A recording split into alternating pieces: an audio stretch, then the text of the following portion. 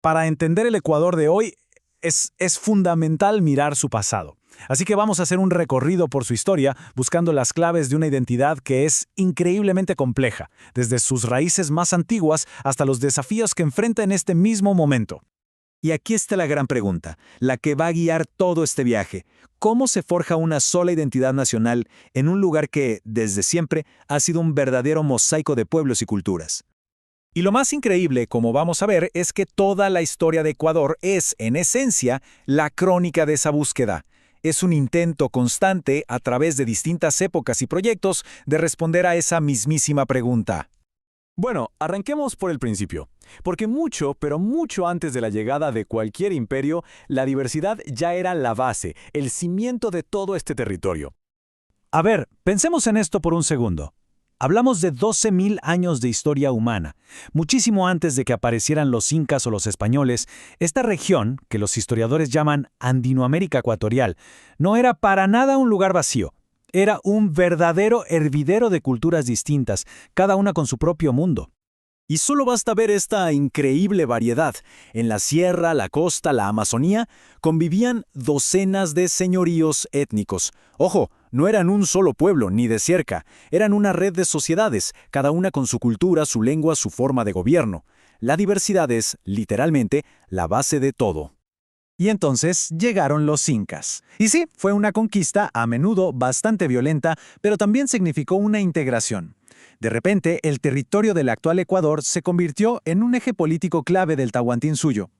Esto añadió otra capa de complejidad, claro, unificando bajo una misma estructura a pueblos que antes eran totalmente autónomos.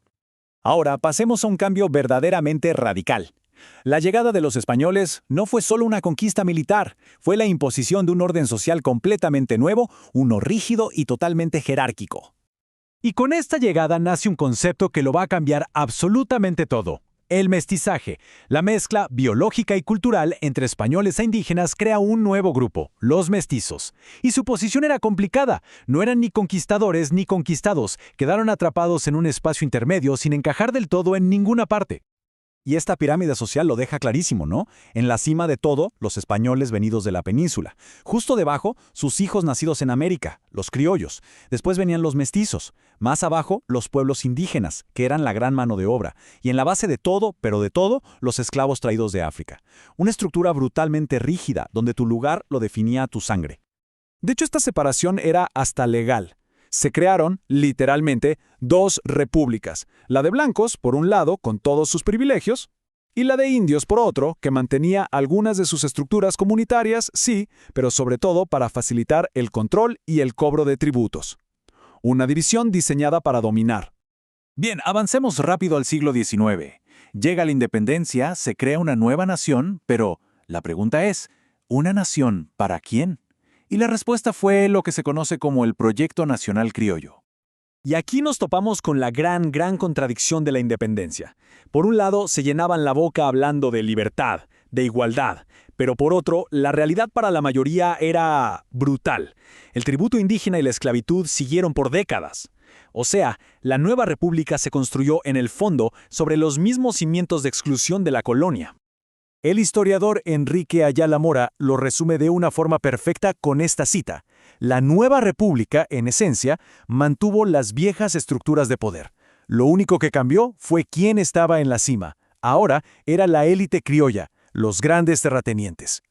Pero claro, este proyecto tan exclusivo no podía durar para siempre. A finales del siglo XIX y principios del XX, surge un nuevo intento por definir la nación, y esta vez va a estar centrado en la figura del mestizo. El momento clave de este cambio es la Revolución Liberal de 1895. Su líder, Eloy Alfaro, no solo quería modernizar el país con carreteras y leyes, buscaba algo mucho más profundo. Quería crear una nueva idea de lo que significaba ser ecuatoriano, para de una vez por todas dejar atrás las viejas divisiones. Y sus objetivos eran muy audaces para la época. Separar a la Iglesia del Estado, crear educación pública y laica para todos, integrar el país con obras como el ferrocarril y, lo más importante para nuestra historia, consolidar la identidad mestiza como el ideal de la nación. El mestizo se convirtió en el símbolo del Ecuador moderno que se quería construir. Así que después de ese mosaico original, de la exclusión de los criollos y del ideal del mestizo, llegamos al gran desafío de hoy. ¿Cómo se construye una nación que por fin acepte y celebre la diversidad que en realidad siempre ha tenido? Entonces, si lo vemos en perspectiva, la historia de Ecuador puede resumirse como una sucesión de tres grandes proyectos nacionales. Primero, el proyecto criollo del siglo XIX, que era profundamente excluyente. Segundo, el proyecto mestizo del siglo XX, que buscaba unificar, sí, pero muchas veces a costa de hacer invisibles otras identidades. Y hoy estamos en medio del gran reto del proyecto de la diversidad. Y todo este recorrido nos deja con una pregunta final, una pregunta que queda flotando en el aire. Después de tantos siglos de búsqueda, ¿ha logrado Ecuador construir una nación que de verdad refleje y valore esa increíble diversidad que tuvo desde el principio? Quizás la respuesta aún se está escribiendo.